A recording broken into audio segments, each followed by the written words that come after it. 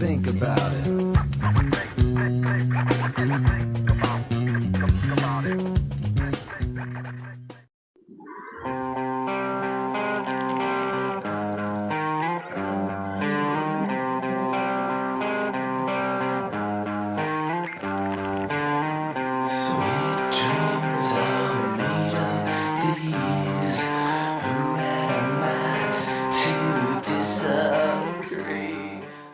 Stephen Hawking is a total badass. The news is that he warned us, all of us, together as one human peoples, that, quote, artificial intelligence could spell the end of the human race. Ooh. You know the classic story. Humans invent robots to keep us company, help us with daily tasks, overcome the daily obstacles that we as weak humans cannot even come close to overcoming. Then, the robots become smarter than us, reproduce better versions of themselves at alarming speeds. We are all enslaved and eventually destroyed.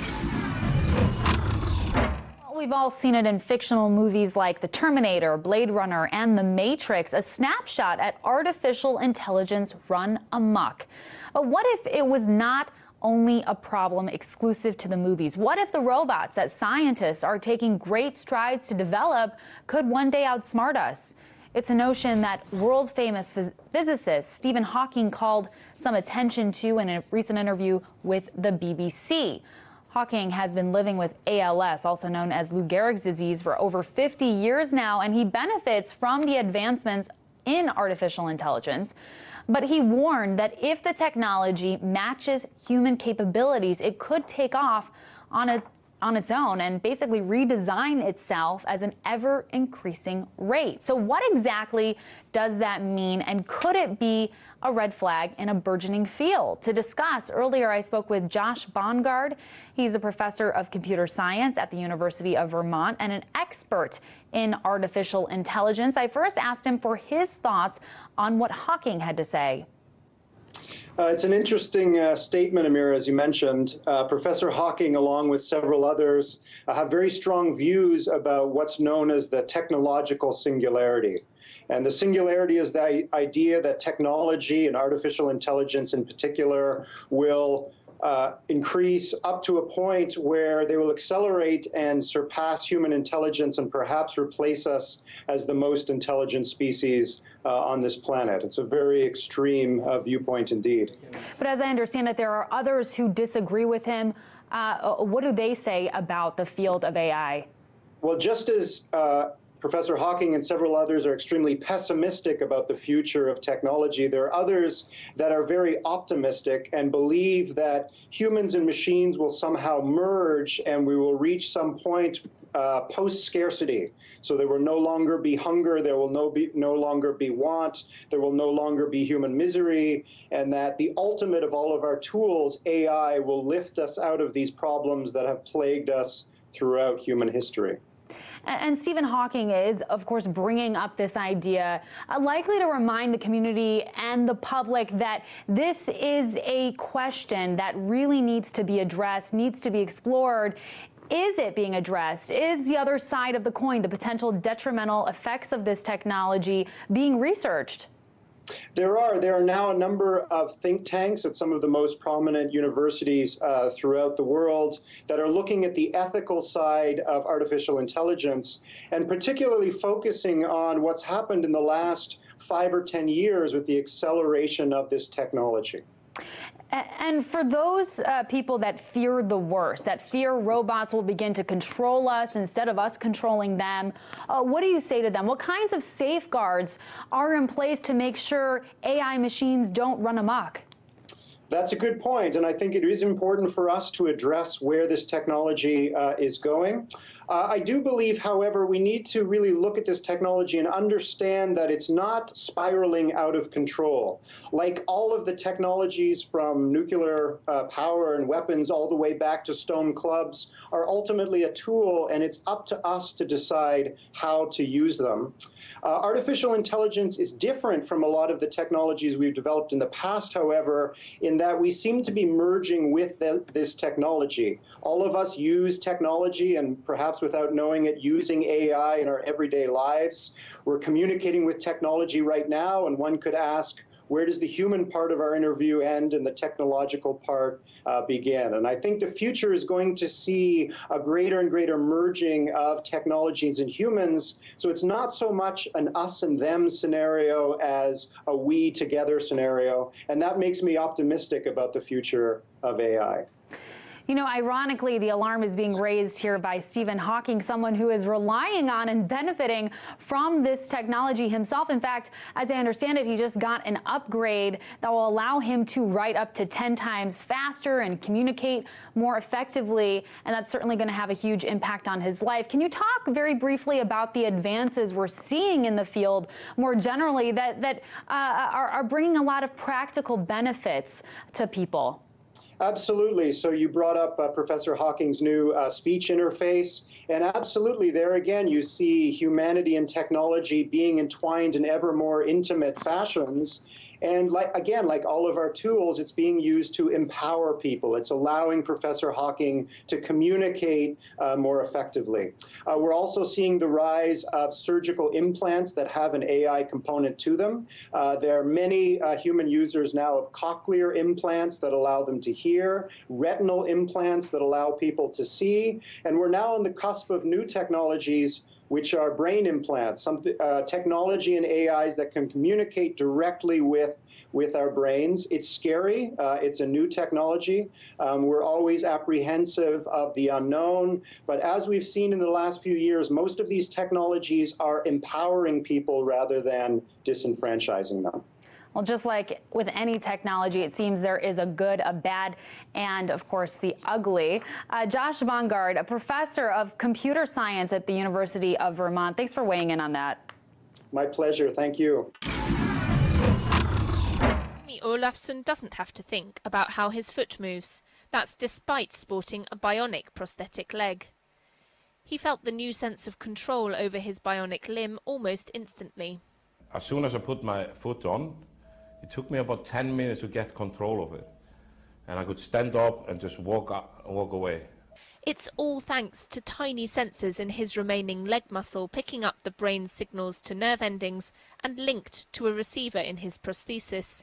Össur Thorvalda Ingvarsson performed the surgical procedure to insert the sensors in patients. We put in sensors into the muscles who pick up this signal. And then, in fact, that signal is moved away into the prosthetics, and then the prosthetics react as your brain actually wants. Össur, a prosthetic specialist, uses implanted myoelectric sensors developed in the United States combined with its own bionic limbs. The Icelandic company says it's the first time amputees have been able to control lower limb prostheses subconsciously. Patients will soon be able to upgrade existing prosthetics and control them using their mind. In the future, the sensors could be developed to react to the environment. Our ultimate goal is to actually replace the function of the lost limb. The next step might be to get sensing from the environment, so you have a feedback loop. For now, Gumi's body is still adapting to the responsive prosthetic. Every day, if you are using it, you're always getting more and more control over what you're doing with your foot. So in a way, every day you're learning more how to walk proper, even with the foot, how to use it, going downhill, uphill, downstairs, upstairs, even sitting down and standing up from a chair. Össur plans to extend trials of their mind-controlled bionic limb beyond Gumi and a second patient. They say it brings amputees a step closer to truly integrating their prostheses with their bodies. Increasingly, technology is getting smarter, more intuitive, and it's doing more. And while all of this is aimed at making life better, are we headed toward a tipping point where we go from being served by technology to being threatened or even killed by it? I spoke earlier with legal and media analyst Lionel of Lionel Media and began by asking him about the future of robotic warfare. Well, it's a classic, internet and social media meme, Ben. What could go wrong? Well, a couple of things. If it can be hacked, it can be compromised. Now, when we think of robots, we think of this kind of a, Danger Will Robinson, friendly, cute. In fact, whenever you see the mainstream media report on something that, let's say, Boston Dynamics does, they say, cool. Now understand something very interesting. Boston Dynamics was purchased by Google. Google now picked up, what, 8 robot companies? Why is Google involved in robots? Also, look at who they're involved with as well. DARPA, the Defense Advanced Research Projects Agency. And what's interesting about this, Ben, is you take these people and you take robots, you merge them together, DARPA with Google, with the government, and then you have the notion of weaponizing them. And that's what's really intriguing. And I've got to tell you, one of the greatest oxymorons of all time, next to criminal justice. It was a program in 2012, a $12 million program, that then Boston Dynamics contracted with Google to support. And what it was this notion called supervised autonomy. Supervised autonomy. And these humanoid robots, of course benign and friendly and anodyne and helpful, would be used in disaster situations. Humanoid so that we'd recognize them. Humanoid so that we could converse with them, in essence, versus a refrigerator on wheels. And it basically tried to teach them to, on its own, have a supervised version of autonomy, to be autonomous, but of course, never losing control. This, if you could just imagine how this could go wrong, if weaponized, sky's the limit. Yeah, literally. absolutely. Well, and what you're describing essentially, Lionel, is a Terminator, right? It's a robot that looks like a human and that has these functions. Talk to me a little bit about how advanced the warfare research is right now. The idea of creating these autonomous, essentially killer robots, so that we don't need soldiers. We can put them into war zones. We don't lose the lives of Americans who are going to fight these wars. What's the moral issue that we're facing here with this? The moral is, it's fascinating, because if you think about this, in the history of warfare, one of the most important events ever was the longbow. The longbow separated humans. For the first time, it was always mano a mano and knives and clubs and spears, up close and personal. The longbow removed us. So therefore, we became less involved, less emotionally committed to the battle. Then later on with artillery and the like. But now you have a person, let's say a teen, working a toggle switch, or somebody in a Quonset hut on a Las Vegas strip somewhere. But there was a human intervention, a human component to this. What if, Ben, instead of having somebody who says, wait a minute, this is wrong, wait a minute, this is a wedding party in Yemen, wait a minute, these orders are against the code, against the rules of war. What if it's a system, a robotic system, Pax Robotica, dare I say, that is hacked, that goes askew? The same type of oops that we feel sometimes when credit cards are hacked and compromised at Home Depot. I mean, the Iran talks are important. That's just, I can't believe I'm saying this, that's just nuclear weapons. What if you had robots everywhere and you had no means of calling them back? The Isaac Asimov iRobot nightmare come to fruition. Well, and this is happening now. It is happening now, and obviously there's a big psychological toll even now for soldiers who are having to conduct drone warfare even further once we get into these other things. We got to go, though. Legal and media analyst Lionel of Lionel Media, as always, thank you for your time. You think about an infant. An infant's born and they develop and they grow. We become cognitive creatures that perceive the world and learn rules and those types of things.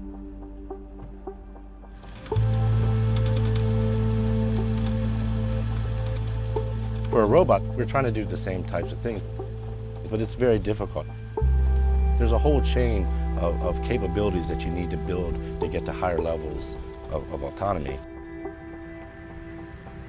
We're developing this autonomous navigation capability that are hopefully going to save people's lives, right? And take our warfighters out of harm's way. Look around it. So, like, look at the carpet, see if you notice any wires around it. Pull it back. Okay. All right, and now drop it. Turn it. Yeah. Really what we're trying to do is increase the standoff distance to harm. State of the art right now is one operator, one robot. Where we want to go is higher level commands that frees up the operator and allows the robot to do more things on its own. Got it. Nice, dude.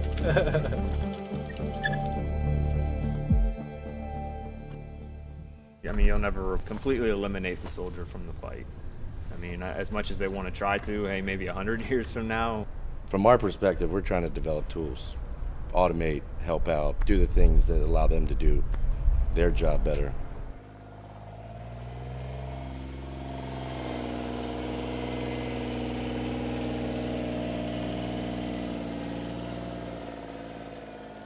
The robot's over there. All right, rookie.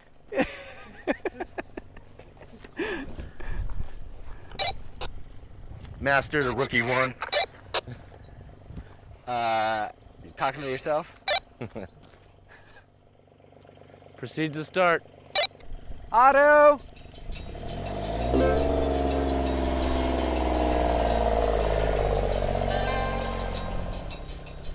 Come on. It's not going to get out. I do another round. No, it's gonna do it. Eventually it does it.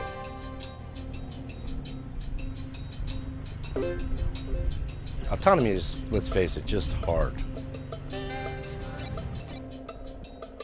Google and Uber and all these people that are investing in autonomy, they have lanes, there's structure, there's signs. For us, we're traveling in unknown environments.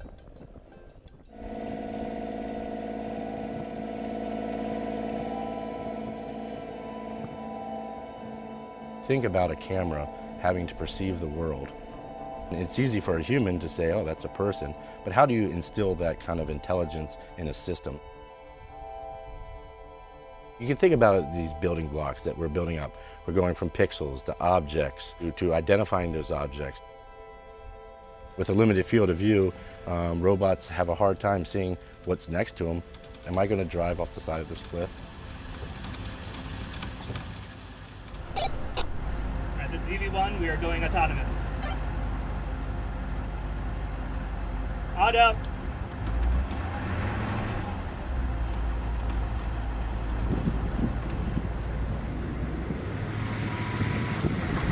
Manual.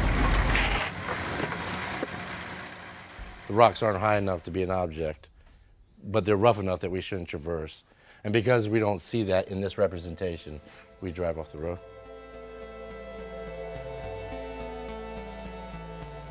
How do we keep the cameras calibrated? How do we keep the steering aligned, right? Does the vehicle do that, or do we need an engineer in the field? Are we adding to the problem by adding more people in the field?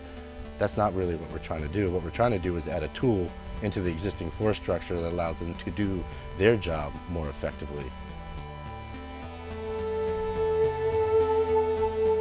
There has been demonstrations of weapons on robots, but for me, I don't see a killer robot. I see a robot that is a tool that is helping our warfighter do the jobs that they need to do so they can fight the fight. I wouldn't say that high levels of autonomy is so far away, but it's really about building the technical base to get there. Can we walk, talk, transform, as you see in the movies? No.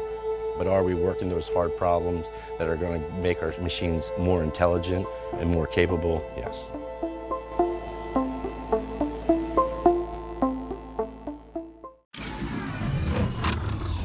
The Korean government has partnered up with state-run research institutes to test remotely controlled robotic machines for deep-sea excavations. And for more on this story, we have our Kim Ji-yeon. A robot swims through the muddy waters using its 6 metal legs and is remotely lowered to the seafloor. It picks up a piece of porcelain with its metal arms, which are remotely controlled by operators in a control room. Up until now, Korea's West Sea was off limits for a lot of divers, as the area is notorious for its high currents and frosty waters. But this piece of underwater equipment is expected to make it easier to excavate objects of historical importance. It's developed to help divers excavate in the deep water. The machine, known as the CR200 or Crabster, is part of an $18.6 million project spearheaded by the country's ocean ministry. It partnered up with the Korea Research Institute of Ships and Ocean Engineering and the National Research Institute of Maritime Cultural Heritage for the future development of deep-sea robots without the help of foreign technology. The Crafter is equipped with cameras that can send sonar and ultrasonic images of underwater objects some 150 meters away. The commercialization of the machine will start in mid-May after a 1-month test period ends. The technology is also expected to be applicable for other purposes, such as the exploration of natural resources. Kim Jeon, Arirang News. The idea of robots as possible rescuers in disaster zones is often mooted, particularly in areas deemed too dangerous for human volunteers. These University of Oslo researchers want to help make that a reality. They've designed a batch of self-learning robots. Computer algorithms help give the robots innate knowledge that helps them navigate potential barriers and obstacles. Associate Professor Kira Gletter and his colleagues 3D print the would-be rescuers themselves. We are using 3D printers to construct their legs, which are then the legs, the shapes of the legs and how they are all put together are the product of this big computer simulation and automatic design process. And then we 3D print the shapes and assemble with motors for testing them in the real world. Researcher Ivan Samuelson is testing 5 basic designs of robots, first virtually and then on the lab floor. Team leader Professor Jim Torreson says narrowing the gap between on-screen and real performance is key to robots' eventual real-world success. It will be important to have predictable behavior of robots. We have to know that they wouldn't behave unexpectedly. Gletter says the robots could eventually be fitted with mini 3D printers that make replacement parts. In case there is some unexpected barrier, some new terrain, or if a part of the robot breaks or somehow does not cope with the environment, then we would like the robot to be able to repair itself or adapt and maybe invent a new part or a new shape so that it can better cope with this challenging environment. The team says such robots could also be used to extract minerals or explore distant planets.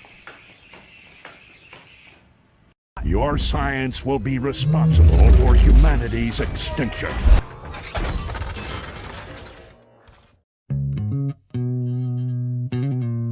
Just think about it.